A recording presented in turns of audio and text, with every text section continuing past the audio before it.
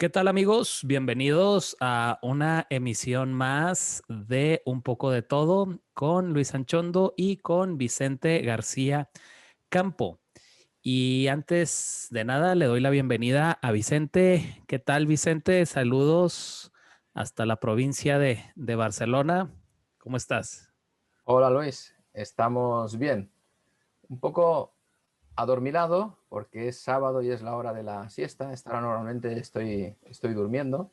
Sí. Sábado y domingo procuro echar siesta, pero bueno, contento de estar aquí compartiendo estas charlas con todos vosotros Así. y a ver qué sacamos hoy del pozo de la sabiduría de Luis y de lo poco que puedo aportar yo, claro.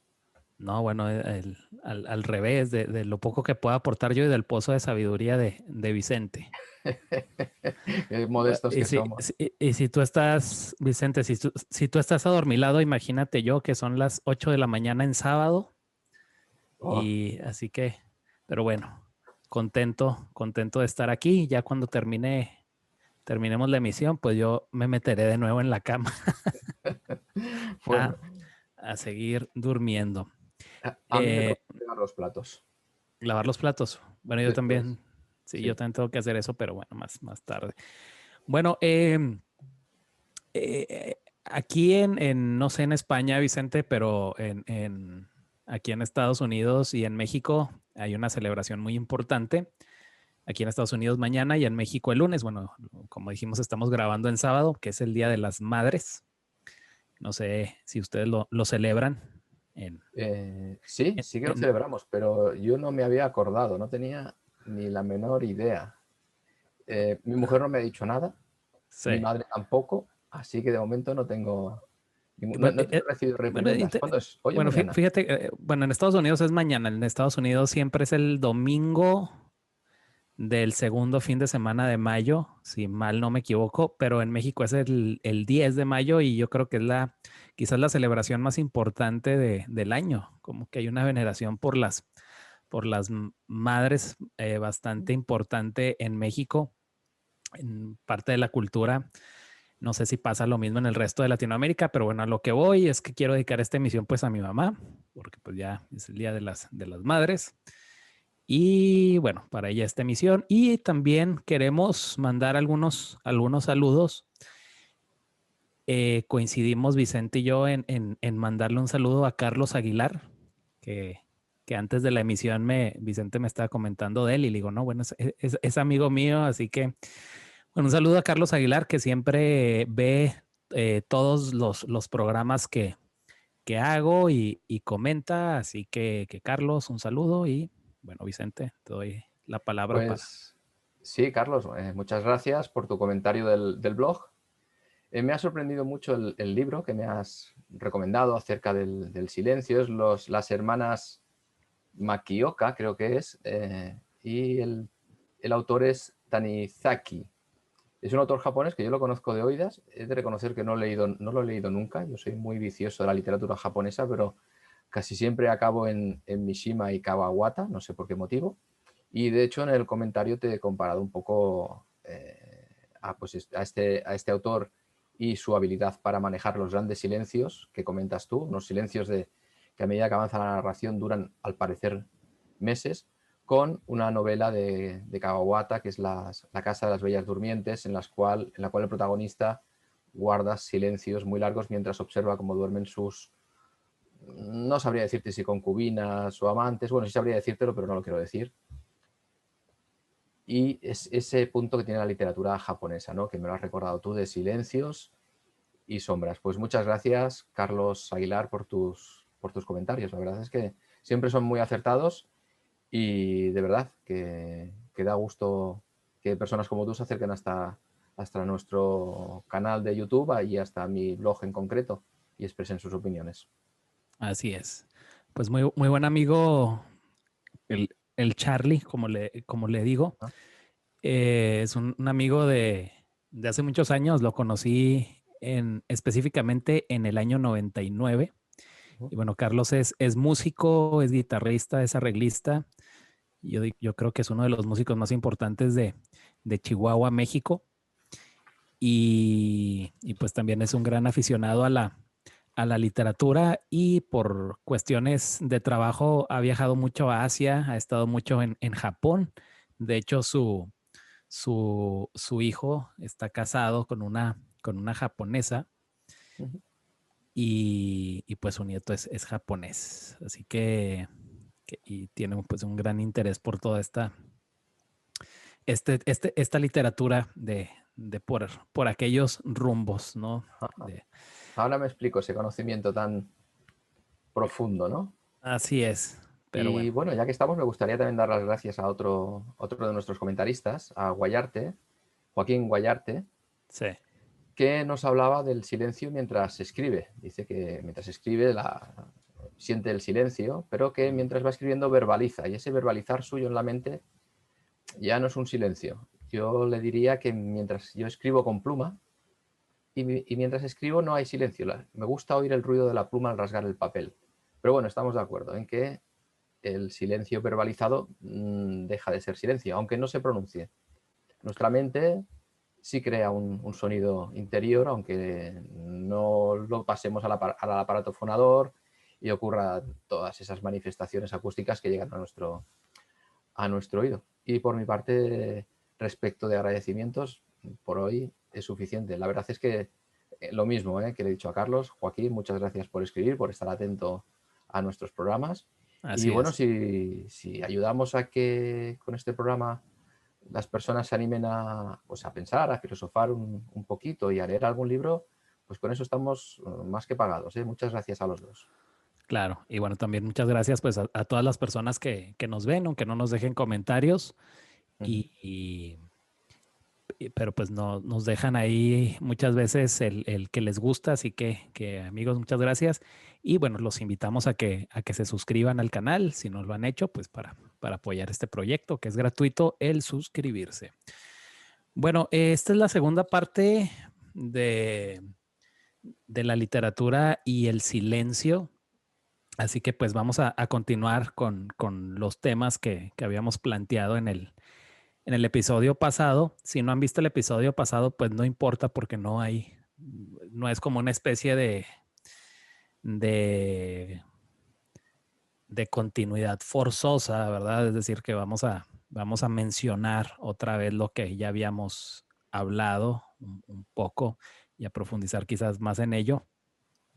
Así que, bueno, Vicente, tú recuerdo en el episodio pasado nos estabas hablando de algunas novelas, ¿no? Que no sé si te gustaría volverlas Sí. a Bueno, más mencionar que... y habías mencionado una de tus obras, ¿no? Y Sí, sí, recuerdo sí. esta escena del oso que está dando a luz, ¿no? Me parece. Bueno, era una osa que estaba hibernando. Ujú, En concreto, cuando utilizo el silencio siempre procuro que sea para momentos trascendentes. Creo que el silencio en novela, más que en cine o en teatro, que se puede utilizar de otras formas, en novela siempre ha de tener una cierta trascendencia. Y la utilizo en momentos muy específicos, al final de la novela o, por ejemplo, en el caso en La voz del río, el protagonista entra en una cueva, él es fotógrafo de naturaleza profesional y quiere grabar a una osa mientras está hibernando. Cuando entra en el interior de la cueva, dentro de la cueva evidentemente hay un silencio absoluto que solo está roto por, por la respiración de la osa y el protagonista lo que nota son los latidos de su corazón, que le da la impresión de que ante el silencio en el que se encuentra, que prácticamente es como si fuera una batería de golpes bajos o de los Rolling Stone. Pues ujú. ese silencio lo que yo quería que el lector lo percibiera para que de esa manera fuera consciente de que estaba el fotógrafo ante un suceso que a lo mejor se deja de repetir. Esperemos que no, que me equivoque y que en la cordillera Cantábrica, que es donde está ubicada la acción de esta novela, siga habiendo osos durante muchos siglos y miles de años, ¿no? Porque cuando hablamos de las especies animales estamos hablando de cientos de miles de años como poco. Normalmente, pues bueno, los humanos no tenemos derecho a cercenar esas vías evolutivas, ya sean de osos, de ciervos o de otros animales. Y Claro. intento transmitirlo a partir del silencio. Luego en la novela Sin Fronteras también lo comenté, es hacia el final de la novela, un atardecer antes del ocaso, y el protagonista siente el silencio, ese silencio que hay previo a la noche, en el momento que los pájaros dejan de cantar. Los pájaros cantan hasta que oscurece normalmente, y entra ya la noche y el silencio. Y al mismo tiempo que entra la noche y el silencio, pues a través de una palabra que es quietud, termino la novela. También utilizo el silencio en teatro y en poesía. En Sí, recuerdo teatro que, lo utilizo, pero no tiene esa trascendencia. Por claro, ejemplo, en El cuaderno de Lisa, que es una obra de teatro en la que una pareja... Bueno, el argumento es que ella es una mujer que escribe un cuaderno, Elisa se llama, un diario íntimo, a los 20 años. Y en ese cuaderno escribe que a los 40 años se quiere suicidar. El día que cumpla 40 años se quiere suicidar. Y el marido lo descubre el cuaderno e intenta por todos los medios que ella no cumpla su palabra, porque es consciente de que ella escribió eso con 20 años cuando era joven y con 40 años pensaba que sería una vieja. Pero ahora que tiene los 40 años, evidentemente no lo es, y él lo quiere impedir.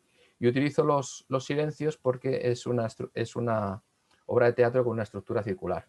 Hay un bucle que se va repitiendo una y otra vez, y entonces al final de cada bucle intercalo un paréntesis de silencio que está relacionado con un verso de Dante en el cual dice que el amor es lo que mueve el sol y las estrellas. claro, Entonces utilizo el silencio claro. en ese sentido. Así es, Y, Vicente.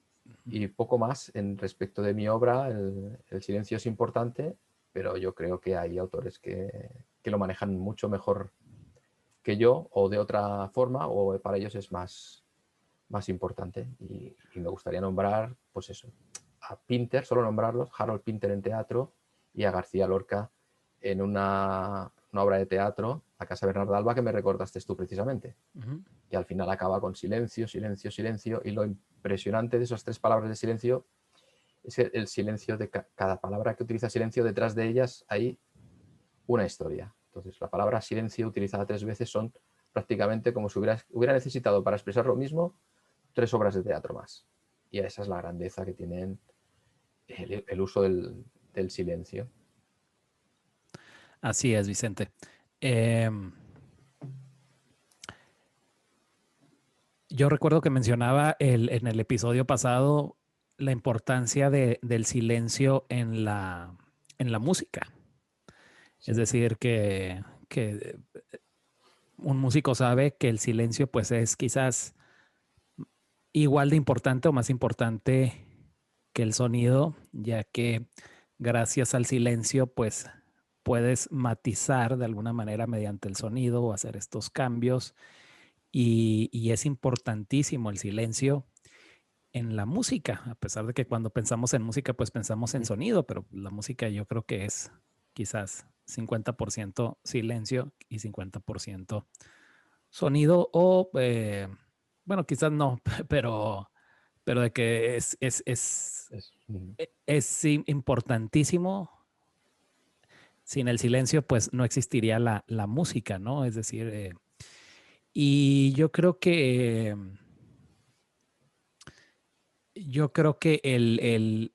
algo parecido pasa en la literatura, ¿no? En la literatura, pues necesitas tener ciertos momentos de silencio para matizar, ¿no? Para dar algún mensaje, para producir un sentimiento, para parar un poco la narración, ¿no? Quizás. sí, Es decir, el ritmo, ¿no? Es decir, la música es ritmo y la literatura también lo es, ¿no? Es sí, decir, cada obra literaria tiene un ritmo distinto. sí, sí, por supuesto. El silencio tiene, en literatura, como mínimo, tiene una virtud primordial, y es la del contraste. Exactamente. El contraste es importantísimo, y te puede servir eso, por ejemplo, como hacía yo en teatro en el cuaderno de Lisa, que en cada bucle me servía para cerrar y luego comenzar otro, para introducir pensamientos, etcétera.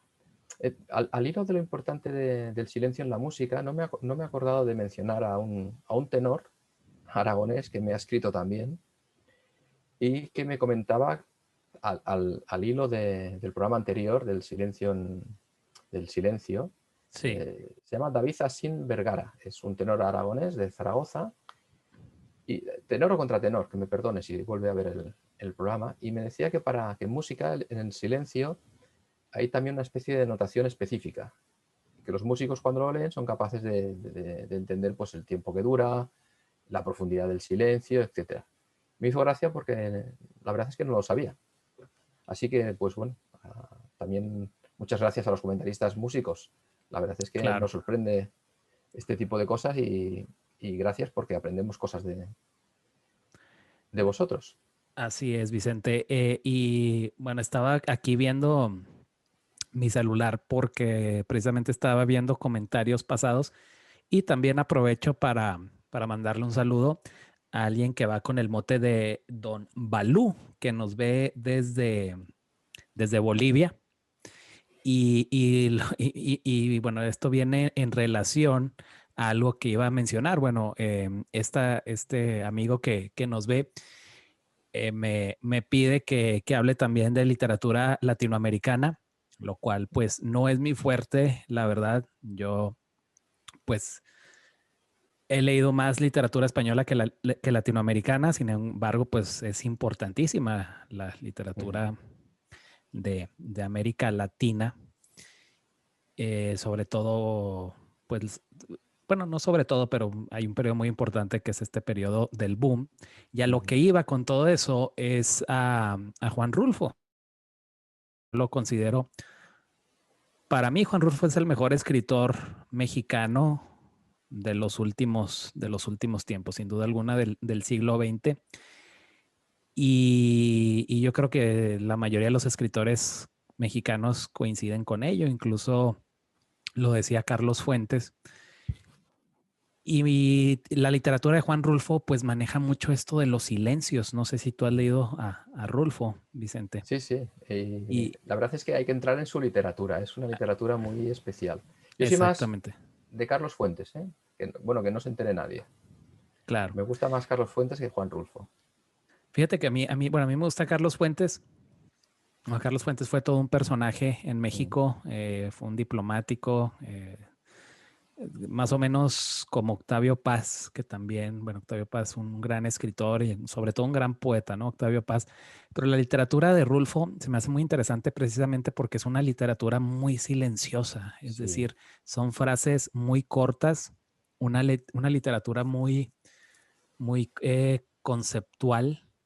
Es pura esencia. Es pura esencia y maneja mucho esto de los murmullos, ¿verdad? Los murmullos, los silencios y interesantísimo. Entonces, si hay un escritor que sabía manejar muy bien los silencios, es sin duda Juan Rulfo. A mí me interesa bastante ese tipo de literatura que me recuerda a esta división que viene desde la época medieval que entre la literatura el culteranismo y el conceptismo. Ujú. Es decir, el conceptismo es esa literatura que con poco dice mucho, que yo creo que es la literatura de Juan Rulfo. O quizás la literatura de Borges, ¿no? Hablando otra vez Sí. de Latinoamérica, que de alguna manera Borges, no quiero hablar de Borges porque la verdad no lo he leído mucho, o sea, he leído lo esencial, pero de Borges me interesa mucho todo esto de el concepto esto del Aleph y bueno, los símbolos borgianos del laberinto, etcétera. Entonces, que ya alguna vez lo mencionamos con lo del ajedrez, ¿no? Porque también Borges Sí. era muy aficionado al ajedrez. Yo creo que también Borges manejaba muy bien todo este tema de los silencios desde un punto de vista filosófico. Y bueno, la literatura conceptista que dice más con menos, con poco, que es la que a mí me interesa. Y luego por otro lado está la literatura culterana, que es la que dice poco con mucho, ¿no? Ujú. Es, ejemplo de ello, bueno, en el Bueno, barroco, pues, poco con mucho, la culterana dice mucho con mucho. pues sí, también se puede, Mucho con mucho. Por lo se menos puede. los grandes autores como Góngora y demás, Exactamente, sí era lo que mucho con iba mucho. a mencionar a Góngora. Eh, pero para hacer esta definición, pues así más, así breve y general, el conceptismo sería decir poco con mucho y el culteranismo vendría a ser, perdón, decir perdón, vendría a ser decir poco con mucho, ¿no? Para hacer una diferencia. Vale. Ahí estoy trabándome, pero bueno, amigos, recuerden, es sábado y son las 8 de la mañana aquí en Texas. Bien. Y otro autor que también iba a mencionar que también maneja el silencio bastante bien latinoamericano, pues García Márquez, ¿no? Pues 100 años de soledad, ¿no? Ya el puro título, pues soledad ya tiene que ver con esto del silencio, aunque a diferencia de Juan Rulfo, pues a mí me parece que García Márquez sería más un escritor culterano, ¿no? En el sentido de que no es tan conceptista como Rulfo, es decir, García Márquez, pues son obras bastante voluminosas, ¿no? Escribió Bueno, mucho y Juan Rulfo pues escribió muy poco. Es decir, eso es lo interesante de Rulfo. Y otra vez el silencio, es decir, silencio, Rulfo como persona, que era una persona muy silenciosa y lo fue en relación a su obra, tan silencioso que nada más escribió 2 libros, que es esta recopilación de cuentos, que es El Llano en Llamas, que es extraordinaria, y una pequeña novela que es Pedro Páramo, y eso lo llevó a la cima de, pues de la literatura, ¿no? Con tampoco es uno de los grandes literatos, pues no nada más de la literatura mexicana, sino yo creo de la literatura universal ujú. del siglo XX. No sé si tú tengas algún ejemplo de un escritor que con un solo libro, que nada más haya escrito un solo libro y haya... Como el caso de Rulfo, ¿no? Porque es que Rulfo, claro, los dos libros juntos, que son 200 páginas, no llegará. Exactamente.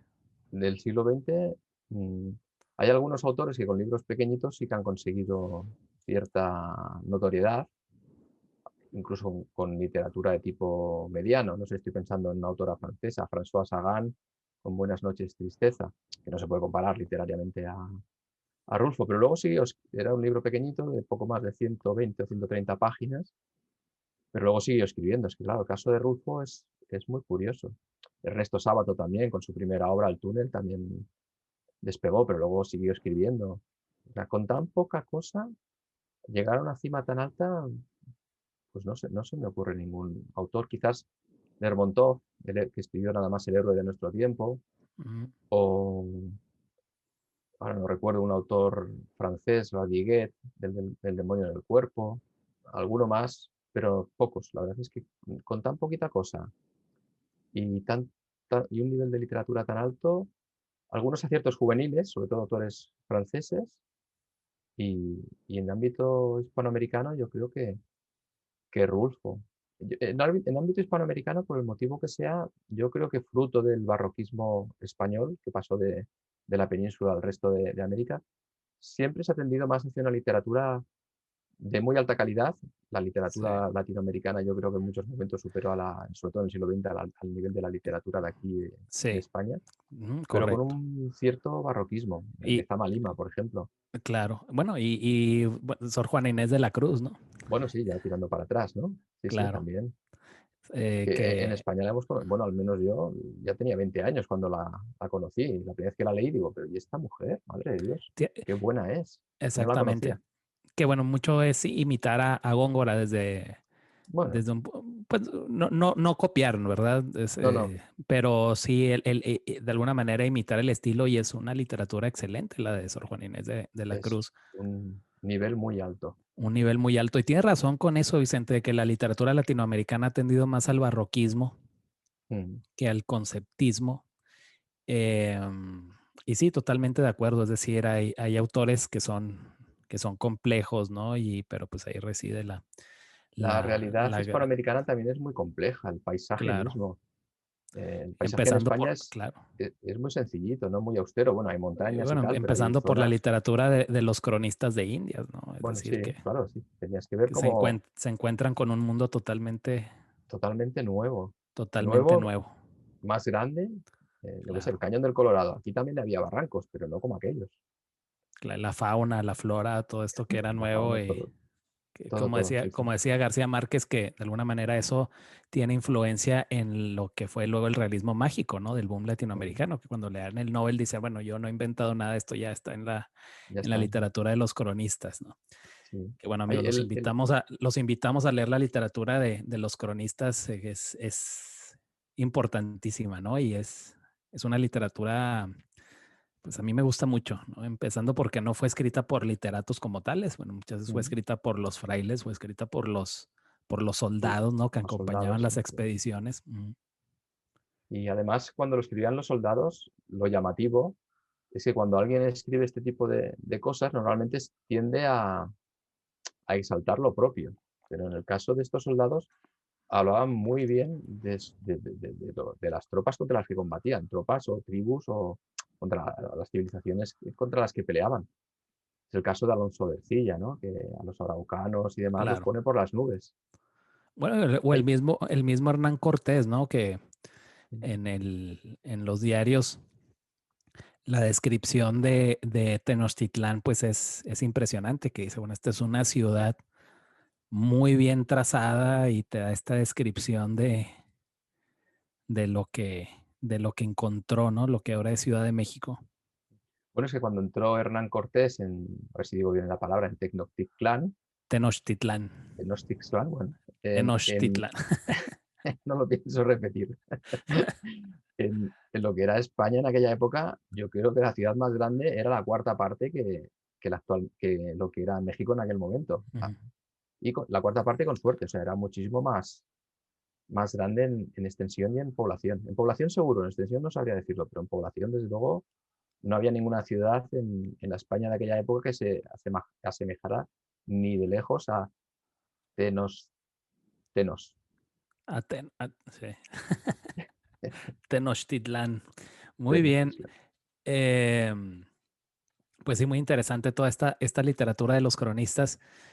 Y, y pues sí, Vicente, importantísimo el silencio en pues lo vuelvo a mencionar, ¿no? Es como para darle ritmo, ¿no? Yo creo que Ujú. volvemos a lo mismo. Una novela yo lo veo a veces como una pieza musical que tiene sus ritmos, tiene sus variantes, tiene su tonalidad, ¿no? Lo que es la voz, que eso es lo difícil a veces, ¿no? Ese es el arte de un escritor, Sí, encontrar sí. una voz propia, un estilo propio. Sí, cuesta unas novelas. Yo a partir de la tercera novela creo que ya tengo un estilo propio. Las dos primeras tengo mi mundo propio, pero todavía la voz, aunque si la leo me reconozco, no es tan marcado como a partir de la tercera, en la cual abra por cualquier página que abra la novela, si la leo me reconozco. Claro. Y, y hay gente que me lo ha dicho que enseguida dice, no, no, sabemos que es tuya. Eso es la voz. Luego la estructura de las novelas, bueno, no es casualidad que, por ejemplo, Valle Inclán a sus cuatro novelas, a las sonatas les llamara sonatas. No sé si utilizó exactamente el esquema de la forma sonata, pero él seguramente lo intentó. Y si miras el esquema de la forma sonata musical, es muy fácil trasladar ese esquema a una forma novelesca. Claro. Así que sí, novela Pues, y música. claro, es que una novela es como una sinfonía, ¿no? Es decir, como que las voces de los personajes son como los distintos instrumentos que deben de crear una especie de armonía, ¿no? Que es la novela en sí. Sí, y los. Recuerdo una novela que no es para nada silenciosa, vendría a ser La Colmena, ¿no? De Camilo José Cela, Ah, sí, que es es un barullo. exactamente, es lo contrario, ¿no? Al silencio, es una polifonía Sí, de voces, pero también muy interesante, ¿no? Cómo lo maneja Cela, muy influenciada por el Manhattan Transfer, ¿no? De dos pasos. sí, eso parece. Ujú. Bueno, yo la vez pasada traía por aquí unos libros que recomendé, los vuelvo a recomendar. A mí me interesa mucho el silencio desde el punto de vista de la religión y desde el punto de vista de la filosofía. Yo creo que el silencio es importantísimo en nuestra vida diaria para de alguna manera centrarnos en el presente, ¿no? O vivir el presente, porque, como he dicho en otras emisiones, por lo general estamos recordando y el estar recordando todas estas voces, pues vivir en la nostalgia, ¿no? Como diría Jorge Manrique, cualquier tiempo pasado fue mejor. O estamos pensando en el futuro, lo que crea ansiedad. Entonces, para mí es importantísimo tener momentos de silencio, de tranquilidad. Y yo creo que eso es algo saludable, ¿no, Vicente? Tú que practicas alpinismo, me imagino Sí, sí, sí, no, no, que lo que estaba pensando, conoces de lo que hablo, ¿no? sí, sí, en el alpinismo el silencio es básico. Yo creo que cualquier montañero lo que más valora, aparte de la sensación de esfuerzo, es el silencio de las cimas. Pero cuando has dicho lo en la vida cotidiana, el silencio, me he acordado, me ha venido a la mente Joyce, James Joyce. Ujú.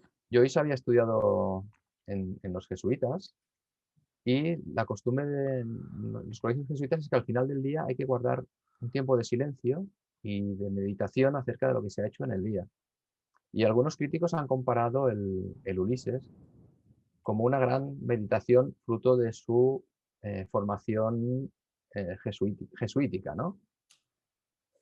Y me lo ha traído a la mente, me he acordado y digo, sí, es cierto. Y yo creo que es una costumbre que deberíamos tener todos, al final del día o al empezar el día, tener un tiempo para nosotros individual. Es más fácil, creo, que al final del día que al principio, no sé, en tu caso y en el de la mayor parte de las personas, por la mañana nos levantamos y tenemos que ir a trabajar corriendo, etcétera. Pero al final del Claro. día sí que sería sano, espiritual y físicamente, dedicarle un tiempo a la meditación, tampoco más allá de 10, 15 minutos, Ujú. silencio y recuperar los pensamientos del día y tratar de buscar pensamientos positivos, positivos Claro, interesantes. Claro. exactamente. Y es que aquí ya entramos a un tema importantísimo. Yo creo es decir, nuestra realidad tiene mucho que ver con nuestros pensamientos, ¿no? Yo creo, yo sí, yo s- creo bastante en que de alguna manera nosotros creamos nuestra realidad Mm, basada en nuestros pensamientos. Es decir, el mundo va a ser el mundo no es, sino que el mundo nosotros lo construimos como lo percibimos con nuestros pensamientos.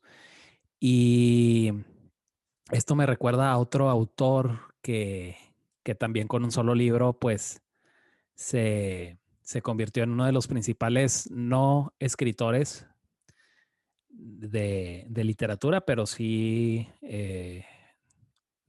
de filosofía, un filósofo que es Ludwig Wittgenstein, que por ujú. cierto el otro día subió un video sobre Ludwig Wittgenstein. Ah, Los invito a verlo, amigos. Se llama el libro más enigmático que he leído en mi vida y es precisamente el único libro que él escribió que se llama El Tratado Lógico Filosófico. Y bueno, este libro lo que hace es que, bueno, Ludwig Wittgenstein era ingeniero, tenía una visión muy matemática del mundo de la filosofía. Y este libro, que son 100 páginas, habla de por qué lo místico es inefable. Es decir, siempre decimos esto, ¿no? De lo místico está más allá de las palabras, está más allá de la razón, es inefable, pero lo que hace Wittgenstein es que te lo explica el por qué y te lo ujú, explica mediante una especie yo le llamo como fórmulas matemáticas, fórmulas lingüísticas, es decir, porque el libro son oraciones y cada oración tiene un número, que para Wittgenstein este número era una especie de peso atómico. Entonces es muy interesante. Yo duré 3 años para entender el libro ujú. y son nada más 100 páginas, ¿no? Entonces volvemos a lo mismo. Y es un libro que tiene que ver con el silencio, porque al final lo que dice Wittgenstein es de aquello de lo que no se puede hablar, es mejor callar, que vendría a ser lo místico, pero ya te lo explicó por qué en esas 100 páginas, que es dificilísimo de entender, pero se lo recomiendo, amigos. Es difícil, pero es un placer leerlo y tratar de entenderlo. Y luego lo curioso también de ese libro es que al final de que lo termine, dice, todo lo que te dije en estas oraciones, lo que yo tardé 3 años en entender, no sirve absolutamente para nada. Lo importante y dice literalmente, bueno, dice tíralo a la basura, pero casi, casi dice eso. Dice, lo importante es aquello de lo que no se puede hablar y se manifiesta, ¿no? Se manifiesta a sí mismo. Y bueno, ahí está otro ejemplo de un escritor que con un solo libro sobre el silencio, eh, pues se consagró. Claro que luego hay más libros que llevan la autoría de Wittgenstein, que luego salieron, como pasa con los escritores famosos, incluso con Rulfo. Con Rulfo ya muerto, pues empezaron a salir libros, lo mismo de Wittgenstein, que son más bien recopilaciones, escritos que ellos tenían y nunca publicaron. En el caso de Wittgenstein hay uno que son los cuadernos de Wittgenstein, hay otro que son recopilaciones de sus alumnos, cosas así. De Juan Rulfo pasó con un libro de cartas a su esposa, Cartas a Clara, me parece que se llama, que se publicó pues post-mortem, ¿no? De alguna manera quieren seguir exprimiendo estos escritores, ¿no? Hay esta tendencia de que me imagino que esto ya viene de las editoriales, ¿no? De seguir sacando dinero y tratar de encontrar cosas que, bueno, a mí me parece que deberían de dejarlo con lo que ellos quisieron publicar en vida, ¿no? Pero bueno, o muchas veces los apoderados, ¿no? Los que se quedan con las obras, Sí. quieren seguir, y pasa en la música, ¿no? Un ejemplo de ello es Nirvana, este grupo de, ¿No? de rock de los noventas, un movimiento de Seattle que se llamaba el grunge, donde el cantante Kurt Cobain se suicida muy joven. Ujú. Y bueno, y luego después busca la disquera cosas que dejó grabadas por ahí y siguen sacando, ¿no? Y siguen sacando y eso como ver. Aquí ya entra lo del negocio. Pero bueno, volviendo a lo de Wittgenstein y a lo que yo estaba hablando acerca de que las palabras construyen la realidad, pues Wittgenstein decía que en efecto las palabras son como herramientas con las que nosotros construimos la realidad. Y, y yo creo que por eso es muy saludable lo que decía Vicente, tener un momento de silencio durante el día y, y ver, reflexionar sobre nuestros pensamientos, porque nuestros pensamientos van a crear la realidad. Si mis pensamientos, que son palabras, son negativos, pues voy a crear una realidad negativa y me van a pasar cosas negativas. Sin embargo, si logro cambiarlos a positivo, pues yo creo que voy a cambiar mi realidad, ¿no? A una realidad más positiva, o al menos me voy a sentir un poquito mejor que si estoy con estos pensamientos negativos. Y bueno, Vicente, yo me imagino que no sé si tú medites o tienes estos momentos cuando vas a la montaña de silencio, no sé si tengas alguna Sí, actividad, una especie de ritual. sí, sí. Bueno, cuando hablo de meditación, no hablo a meditación de estar quieto, sentadito. Al contrario, es todo lo contrario. Yo cuando Claro, más pienso y cuando mi cerebro funciona mejor es cuando estoy haciendo ejercicio. Y creo que exactamente. el ejercicio más adecuado para meditar es andar. La gente vive en Exacto. ciudades, pues andar por un parque público rodeado de árboles, etcétera. Los que Ujú. tenemos la fortuna de vivir al lado de la montaña, pues andar por la montaña, pues con los pájaros que están cantando, que por suerte no entendemos lo que dicen, porque los pájaros cuando cantan lo que están haciendo es marcar el territorio, pero para nosotros es música. La cuestión es que toda esa tranquilidad y ese ejercicio, no sé si porque aquí también soy un poco materialista, como Wittgenstein. Supongo que la formación de ingeniero nos deja marcados, ¿no? Pasas por la universidad de joven Claro, y te condiciona tu visión de la realidad claro. materialista de por vida, ¿no? Pues no sé si es porque al andar se oxigena mejor el cerebro, pero sí que consigo eso, pues recuperar cómo ha ido el día y al acabar el paseo, cuando llego a casa, normalmente estoy de un humor más que excelente. Así que se lo recomiendo a todo el mundo. Y la mayor parte de mis novelas han surgido de estos paseos. Esta mañana iba andando y cabos sueltos de la novela que estoy escribiendo ahora mismo, que ayer por la tarde, sentado en el despacho intentando escribir, no era capaz de resolverlo. Esta mañana, andando, me ha salido la solución sola, sin pensar. O sea, te llega de manera natural. Mientras le decía al Chucho, oye, cuida con ese charco, ¡pam! Viene toda a la cabeza. Yo lo Es, recomiendo, es, esa es, combinación de es tu, ejercicio, ya sea tu, yoga o no. es tu proceso creativo, ¿no? El Sí, ejercicio. el ejercicio, sí, sí. Luego tengo que trabajarlo en casa, me tengo que atar a la silla Ujú. y trabajarlo, pero las ideas me suelen surgir mientras hago ejercicio y me salen muchas también ahí en Soria, también es una zona donde se rodó precisamente Doctor Civago, la película. Sí. Hay un momento que es la estación de Pinar, hay un momento en la película que hay un cambio de trenes. Y eso ocurre en un sitio que se llama la estación de Pinar Grande. Pues allí, tanto Sin Fronteras como La Voz del Río se me ocurrieron estando sentado allí. Así que para mí es un sitio mágico. Debe haber algo allí, los pinos o lo que sea, que hace que mi cerebro se active. Mi cerebro, si hablo desde un punto de vista materialista, o mi espíritu, si lo hablo desde un punto de vista más religioso, lo que sea, pero allí se activa. Y No bueno, debería haberlo dicho porque ahora va a haber muchos escritores que van a ir allí y van a coger las ideas que estarán flotando en el ambiente, me las bueno, quitarán. ideas que vienen desde épocas de Becker, ¿no? Que siguen flotando ahí las musas en Soria, Pues Soria, no lo sé. lugar de grandes escritores, ¿no? De Becker, Machado, mm, Gerardo Diego también. Gerardo Diego, exactamente, Dragó, entre Ahora hay también uno Vicente que García vive, Campo. ¿cómo se llama? Andrés Martín, es un Mm. autor también muy bueno. Ha escrito una novela, Boreal se llama, en Ediciones Juglar, que también es excelente. Quedó finalista de Castilla-León hace 3 o 4 años. Yo no lo conocía y cuando cayó la novela en mis manos me impresionó. Ahora mismo creo que debe ser, junto con Fermín Cabal, que es un poeta de lo mejor que hay ahora en Castilla-León.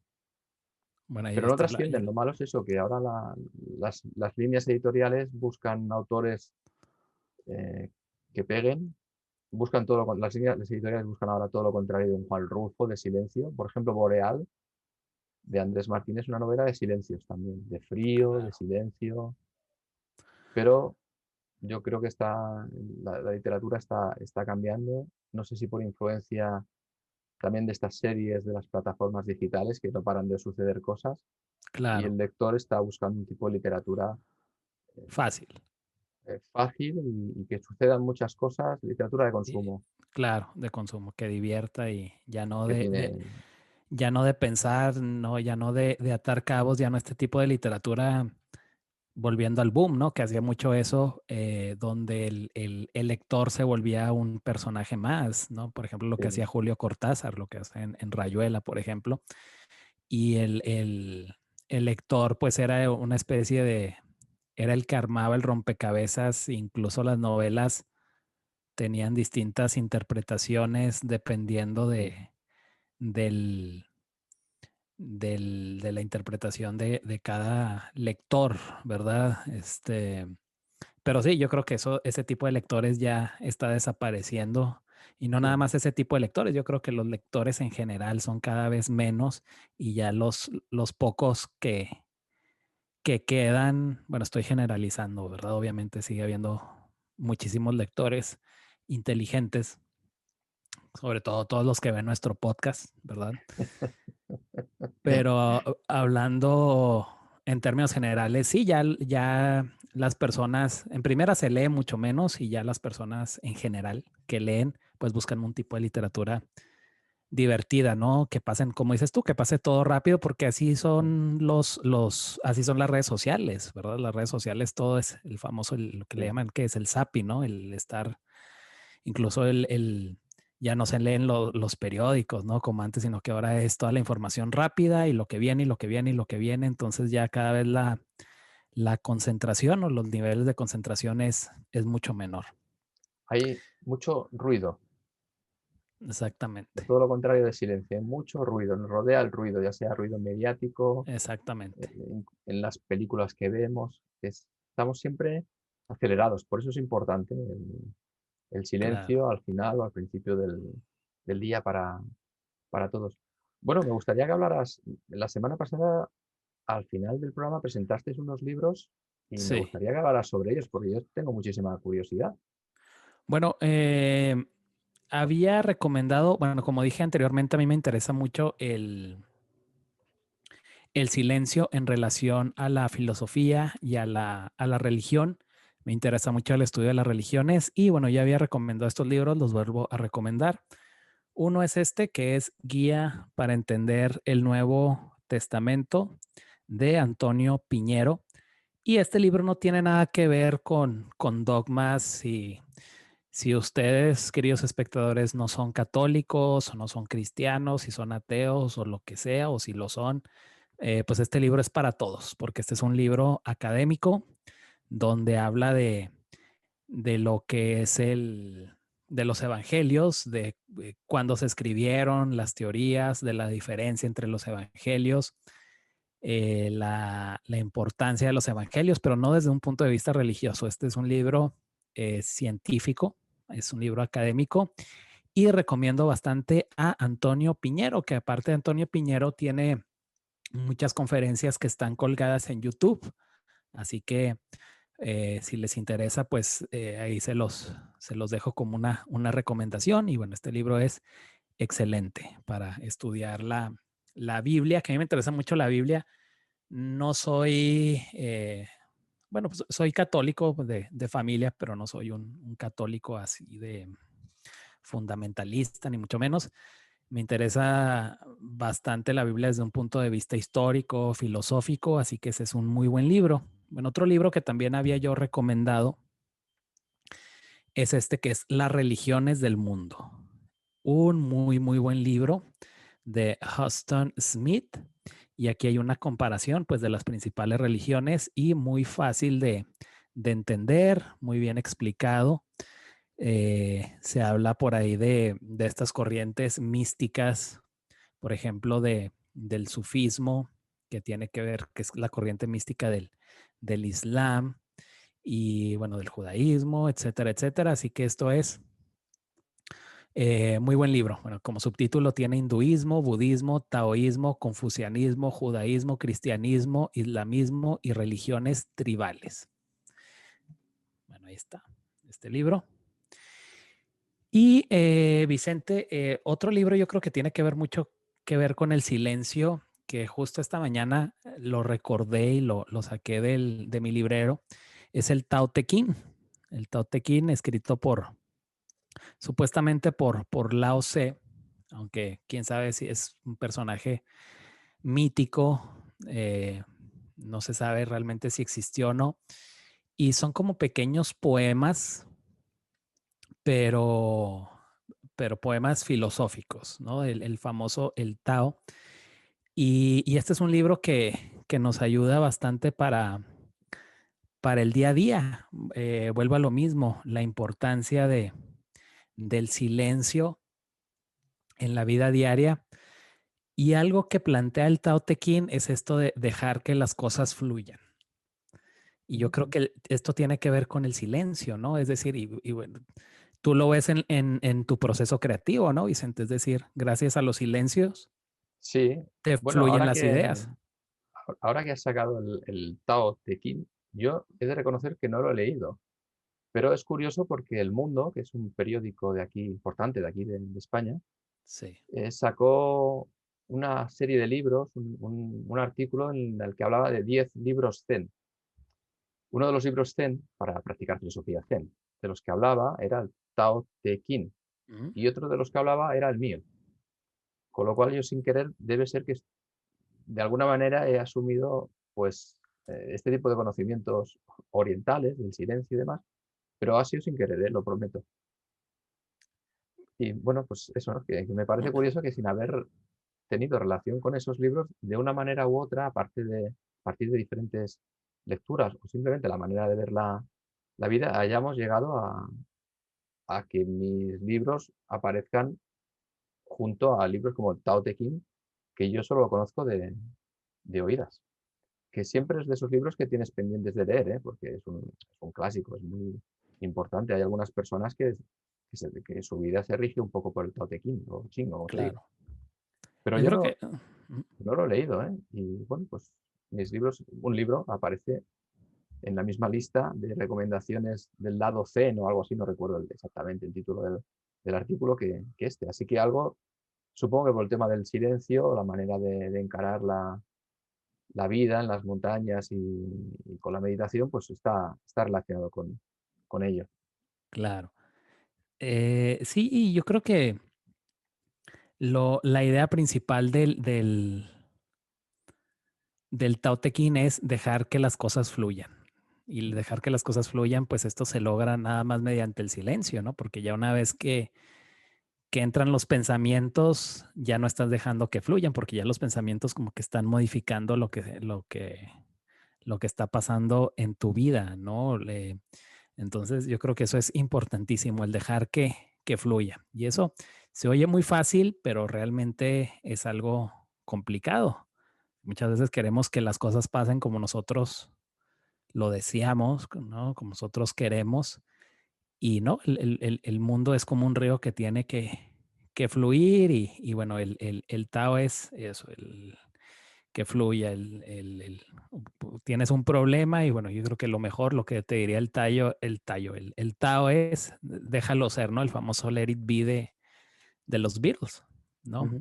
Déjalo ser, deja que fluya, deja que las cosas se pongan en su lugar de manera natural, que es como funciona la naturaleza, ¿no, Vicente? Ujú. Sí, sí, Valga la redundancia. la naturaleza tiene sus propios ciclos que Claro, son, si hay suerte, completamente ajenos a los ciclos humanos o de la cultura humana. Y es una cosa que también lo suelo reflejar, ¿eh? En las novelas, la indiferencia de la naturaleza hacia lo humano. Pero bueno, esa naturaleza que nos ayuda. Tenemos que ayudar a que la naturaleza se regenere, que vuelva a ser lo que era, porque nos ayudará como especie. Necesitamos ese contrapeso de, que hay entre cultura y tecnología y la naturaleza, que hemos tenido durante los últimos 100 años mucha tendencia a olvidarlo.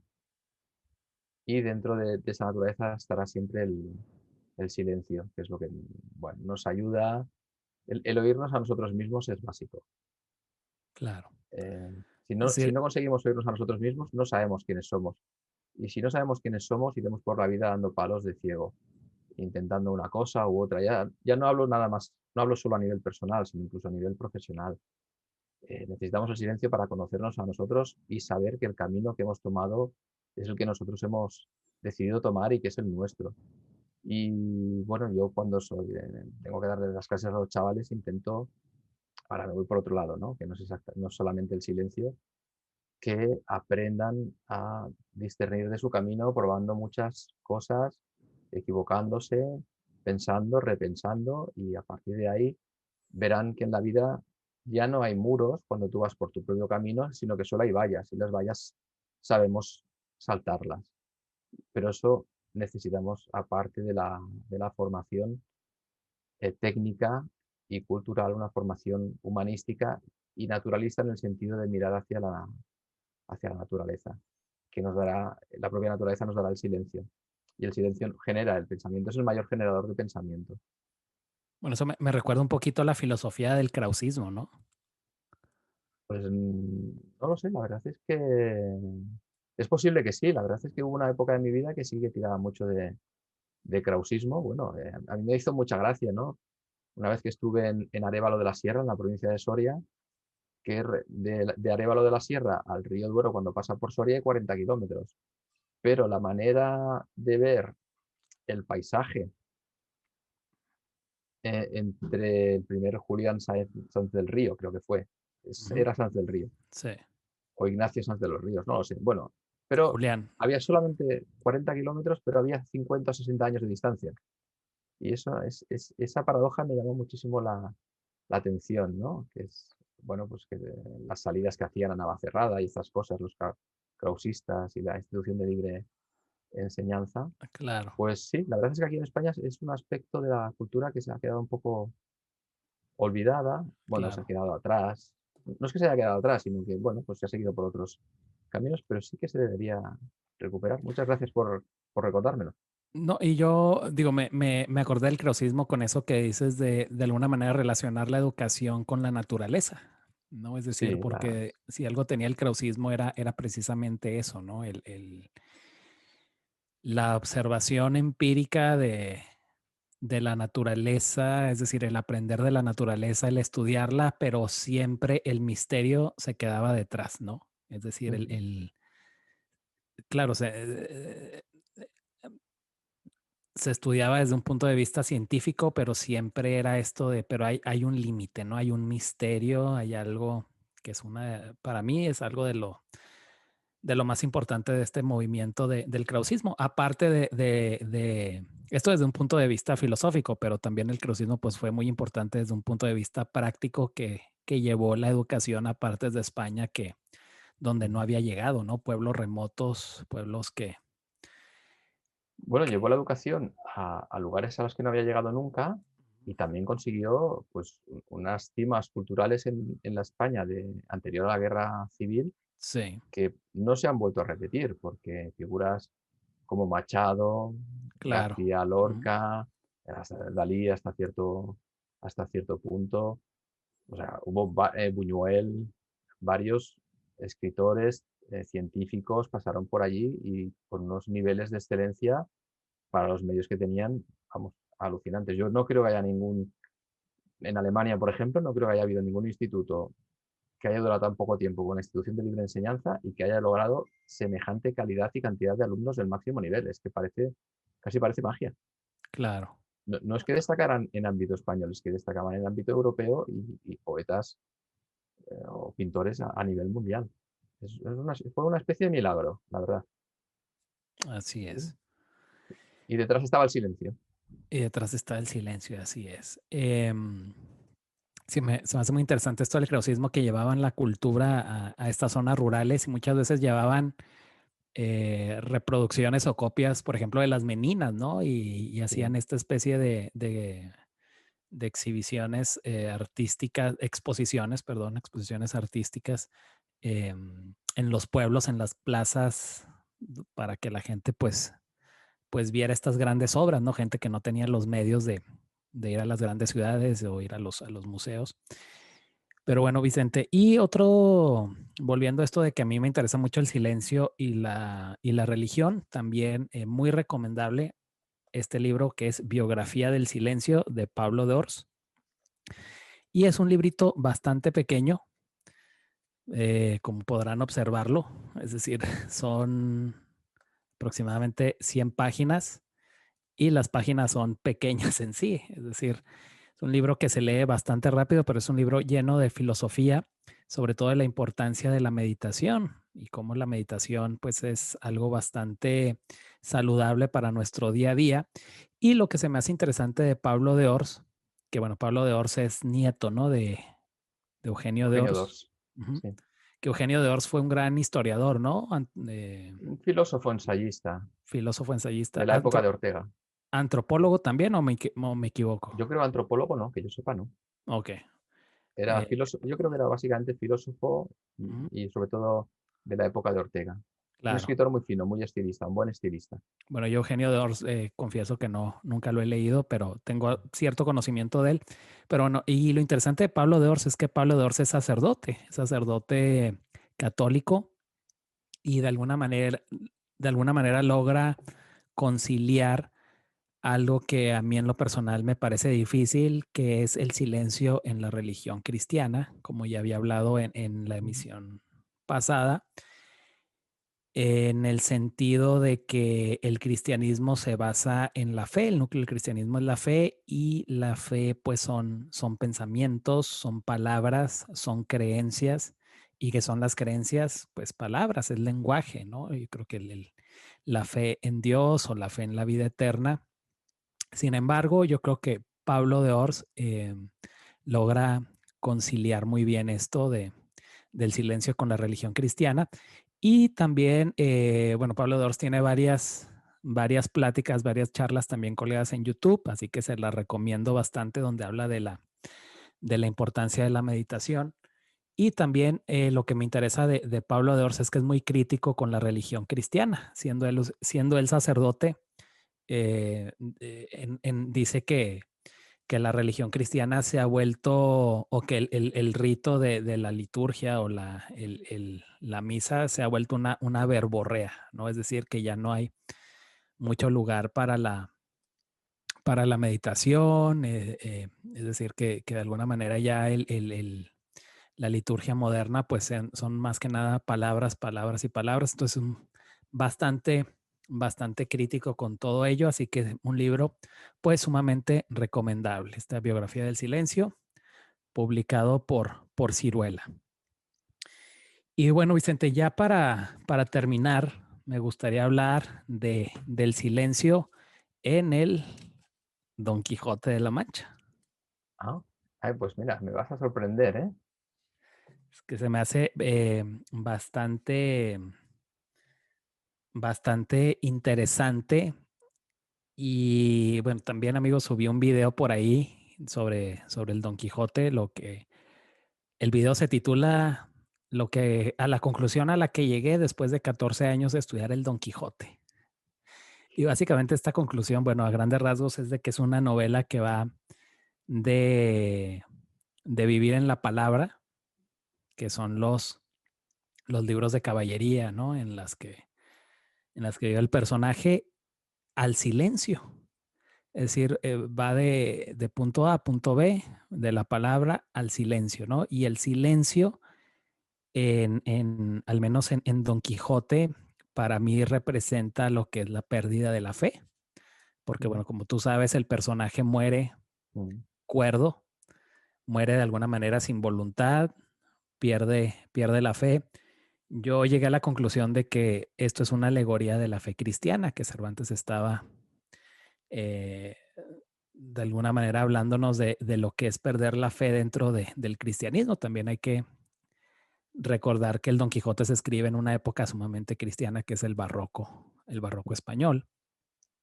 Entonces me parece muy interesante, sobre todo cómo el personaje va del vivir en la palabra, que vendría a ser la fe, la voluntad, a vivir en el silencio, que para Cervantes el silencio no tenía esta dimensión mística, aunque sí hay bastante influencia del misticismo en la novela. De hecho, yo tengo un artículo que también dejé ahí en los comentarios de ese video donde yo soy quizás mi único estudio que existe académico entre la relación de, de Don Quijote con San Juan de la Cruz. Bueno, hay algunos, pero yo soy el único que ha descubierto que todo Don Quijote de la Mancha sigue el proceso místico de San Juan de la Cruz descrito en el Cántico Espiritual. Los otros artículos o estudios que existen habían visto ciertas influencias por aquí y por allá de San Juan, pero yo soy el único que ve un paralelismo pues a lo largo de toda la novela. Es decir, Cervantes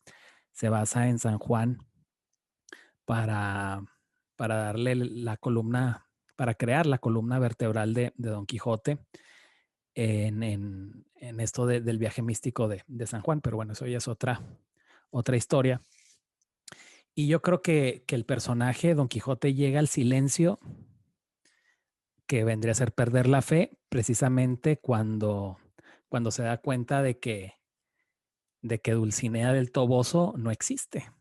Es decir, ahí pierde la fe y esto yo lo relaciono con salir a buscar a Dios, ¿no? Es decir, porque eh, Dulcinea del Toboso, como yo explico en este artículo, que está ahí está en los comentarios de este video que subí de Don Quijote, eh, representa a Dios en la novela, es decir, es una alegoría de Dios. Y el personaje, de alguna manera, cuando sale a buscar aventuras, sale a buscar también a Dulcinea. Y llega un punto exactamente en el capítulo 10 de la segunda parte de la obra, donde manda a Sancho a que la traiga, y Sancho pues trae a tres labradoras, y Don Quijote pues se da cuenta de que la imagen que él tiene en su mente no coincide con lo que está viendo. Y ahí es donde el personaje empieza a perder la fe, empieza a perder la voluntad. Ya a partir de ese capítulo ya vemos a un Don Quijote desanimado, un Don Quijote triste. Y ahí Cervantes pudo haber terminado la novela. Sin embargo, sigue muchos capítulos más, porque, bueno, porque eh, quiere terminar este proceso del místico, ¿no? Bueno, sería difícil explicarlo aquí en este momento, pero amigos, vayan a mi video que está ahí de lo que aprendí en 14 años de estudiar Don Quijote, y ahí lo explico de manera detallada. Pero bueno, volviendo a esto del silencio que tiene que ver con la pérdida de la fe en el Don Quijote, en el capítulo 10 de la segunda parte, se me hace muy interesante cómo Don Quijote, perdón, cómo Cervantes juega con el lenguaje. porque dice capítulo 10, dice donde se cuenta la industria que Sancho tuvo para encantar a la señora Dulcinea y de otros sucesos tan ridículos como verdaderos. Y empieza así el capítulo, Vicente dice, llegando el autor de esta grande historia a contar lo que en este capítulo cuenta, dice que quisiera pasarle en silencio. Ahí está, quisiera Sí. pasarle en silencio, temeroso de que no había de ser creído, porque las locuras de Don Quijote llegaron aquí al término y raya. Bueno, llegaron aquí al término, es decir, que aquí Ujú. se da cuenta de que Dulcinea no existe y aquí la locura llega al término, es decir, que se acaba el vivir en la palabra y empieza el silencio, que para Cervantes pues era terrible porque era perder la voluntad, era perder la fe, pero Cervantes jugando con el lenguaje dice, las locuras de Don Quijote llegaron aquí al término y raya de las mayores que pueden imaginarse y aún pasaron 2 tiros de ballesta más allá de las mayores. Es decir, que jugando con el lenguaje, ¿no? Es decir, aquí se termina, pero no, estoy diciendo otra cosa y bueno, obviamente la novela sigue. Así que quería comentar eso. Y también en relación al silencio y en la religión y sobre todo en el cristianismo, que yo creo que es incompatible la fe con el silencio, la fe como núcleo del cristianismo. También vuelvo a mencionar San Manuel Bueno Mártir.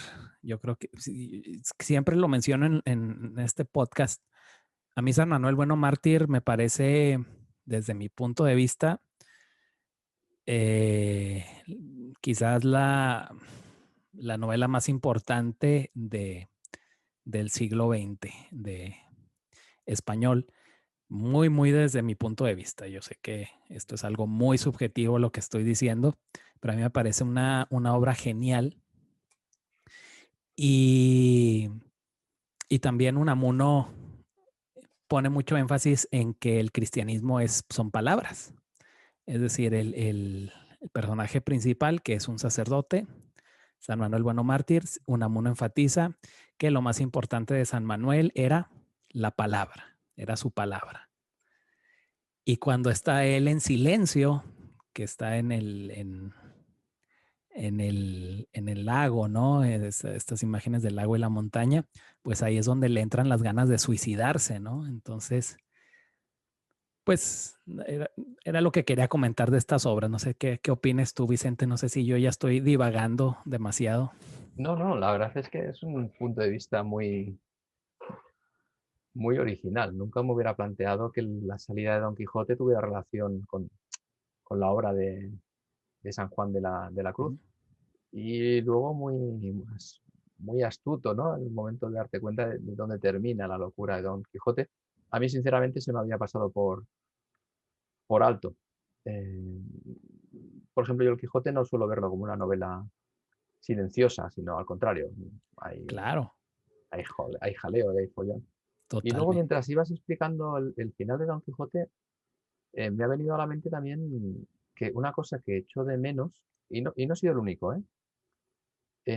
Cuando acaba la novela, pues Don Quijote dice vale, o sea, que se muere, Ujú. se despide, pero hay un momento que se echa de menos en la novela, y es que a lo largo de toda la segunda parte del Quijote, y no tiene nada que ver con el silencio, lo que voy a explicar ahora, o quizás sí, nombra varias veces al Quijote de Avellaneda. Avellaneda. Ujú. Y yo echo de menos que hacia el final de la novela, Don Quijote, ahí Cervantes, además de matar a Don Quijote al final de la obra, bueno, no mata a Don Quijote, mata a Alonso Quijano, hay que Claro. decirlo, que no enfrentara a Don Quijote de la Mancha el verdadero con el Don Quijote de Avellaneda. O sea, que dentro de la novela hubiera habido, y eso yo creo que hubiera sido ya la leche, un enfrentamiento entre el Quijote verdadero y el Quijote falso, que por supuesto hubiera ganado el Quijote Tienes verdadero. razón, tienes razón con eso. Nunca me lo había planteado, pero sí, No, es decir, Don sí, Quijote menciona que hay otro Don Quijote por ahí que es el de Avellaneda, pero tienes razón, no existe esa confrontación que hubiera sido muy de Cervantes, ¿no? sí, hubiera sido una cosa divertida. Pero Exactamente. bueno, no tiene mucha relación con el silencio, pero cuando estabas hablando, nunca había pensado en el final de Don Quijote de esa forma que lo has hecho y bueno, pues también me ha venido a la mente eso, ¿no? De que, oye, hubiera estado bien que también hacia el final Don Quijote, además de matar a Alonso Quijano, para que no hubiera habido una continuación, esto que explico es la interpretación clásica, del final de Don Quijote, no es como la tuya, que es bastante más original y novedosa. Pues para que no hubiera habido una posible continuación, también al mismo tiempo que eliminaba al protagonista y impedía que hubiera ninguna otra parte de Don Ujú. Quijote, pues también se hubiera cargado en un duelo singular al falso Quijote. Hubiera estado Exactamente. divertido, creo. O mí Es hubiera estado divertido. claro. Y, y bueno, esto del misticismo que tiene mucho que ver con el silencio, el misticismo dentro del cristianismo, que pues yo creo que quien mejor lo expresa es San Juan de la Cruz, bueno, San Juan y Santa Teresa, pero yo lo veo más claro en San Juan de la Cruz, que es el sentimiento de llegar al silencio, Sí, que vendría a ser llegar a Dios. Y uno pensaría, bueno, es la máxima felicidad. Sí, sí lo es, pero también es el máximo dolor. Es decir, ahí hay una especie de armonía de opuestos. Y esto lo expresa San Juan de la Cruz, porque la literatura de San Juan de la Cruz es literatura de éxtasis místico, pero también es literatura del abandono. Cómo empieza el cántico espiritual, en dónde te escondiste, amado mío, algo así, me sí, dejaste sí. con el alma herida, no recuerdo exactamente, pero es esto de que cuando se llega a Dios, parte del alma de la persona se queda en Dios, o cuando ya se llega totalmente a esta unión, También. pues toda el alma se une a Dios y el cuerpo se queda sin alma, se queda de alguna manera sin fe, se queda en silencio y se produce un dolor enorme, ¿no? Y de ahí también de alguna manera la interpretación del Dios mío, ¿por qué me has abandonado? Este grito de Jesús que no está en todos los evangelios, está en dos, está en San Mateo, no recuerdo cuál es el otro, que también se puede interpretar como que Jesús llega a su punto de máximo de su camino espiritual, ya su alma ya está con Dios y ya lo que habla es el cuerpo sin Dios, ¿no? Es decir, porque ya su alma se ha unido a Dios. Bueno, es complejo esto, ¿no? Y y aquí habría que entrar en filosofía, en teología, pero pues era lo que quería mencionar. Vicente, no sé si tú tengas algo más que agregar ya para terminar esta emisión. No, yo creo que es suficiente. O sea, bueno, yo la emisión la cerraría, pues eso, con la frase de Wittgenstein, que dice eso, de lo que no se puede hablar, hay que callar. Aunque los escritores muchas veces hablan, ¿no? De aquello de lo que no se puede hablar. Y Sí, la función bueno, y la función del escritor a veces es esa, ¿no? La de sí, hablar sí, de todo aquello de... sobre todo esa. Hay que hablar, hay que escribir y siempre exagerando y siempre, pues bueno, dándole énfasis de lo que precisamente no se puede hablar. Si no, no, mejor que no seas escritor, que seas churrero o cualquier otra profesión más Claro, agradecida y más sencilla. Y además la gente te lo agradece más, ¿eh? Porque tú ves la cara de felicidad de alguien que se come unos churros con chocolate el domingo por la mañana y es muchísimo mejor que la cara de cualquier lector. Así que, bueno, los escritores es nuestro trabajo, trabajar con el silencio, con las palabras y dentro de las palabras decir lo que los demás pues no quieren decir, no se atreven a decir o no lo han pensado, porque, bueno, pues mucha gente se deja arrastrar por el día a día, no se claro. detiene, no tiene esos minutos de silencio y por tanto no es capaz de ver más allá que de lo cotidiano. Y bueno, pues para eso estamos nosotros.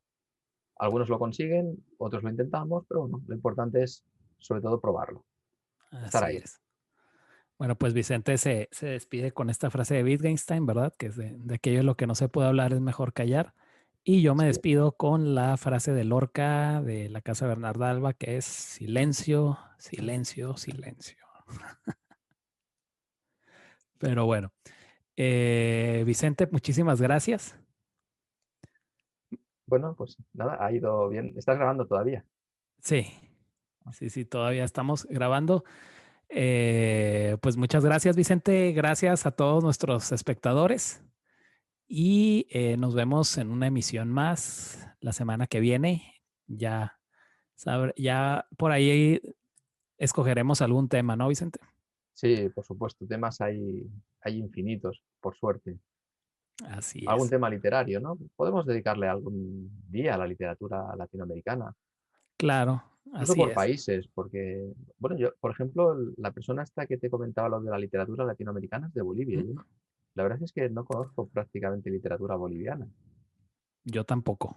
Yo ¿no? Así tampoco. como Bueno, sí. argentina, mexicana, cubana, Si nos ve etcétera. nuestro amigo, que me parece que es pintor, porque dice que escucha a veces los podcasts dibujando, pintando, pues sería bueno que nos dejara ahí en los comentarios, Don Balú, qué autores bolivianos existen. Eso sería bueno Sí, para la ir verdad es que nosotros conociendo también. Y recuerden, amigos, este es un proyecto comunitario, así que déjenos recomendaciones, déjenos opiniones. Si están en desacuerdo también, digo, aquí todo, mientras sea respetuoso el comentario, todo se vale, ¿verdad? sí, sí. Sobre todo Que queremos comentarios que estén en constru- desacuerdo. sí, Son lo más claro, divertido. exactamente, constructivos y crear una especie de debate, pero un debate sano, que yo creo que es algo que cada vez se está perdiendo más, ¿no? Con todas estas polarizaciones que estamos Sí. viviendo en cuestiones políticas, no nada más en España, sino en todo el mundo, bastante polarizado y este es un espacio, pues, que no incita y no invita a la polarización, sino que al contrario, los invitamos al debate, pero al debate sano, al debate de llegar a un acuerdo mutuo y que la verdad surja de dos ideas opuestas. ¿Qué te parece, Vicente? Me parece muy difícil, pero perfecto. Muy Ojalá. bien. Bueno, Vicente, pues muchas gracias, que tengas muy buen fin de semana y nos vemos en otra ocasión. Adiós. Adiós.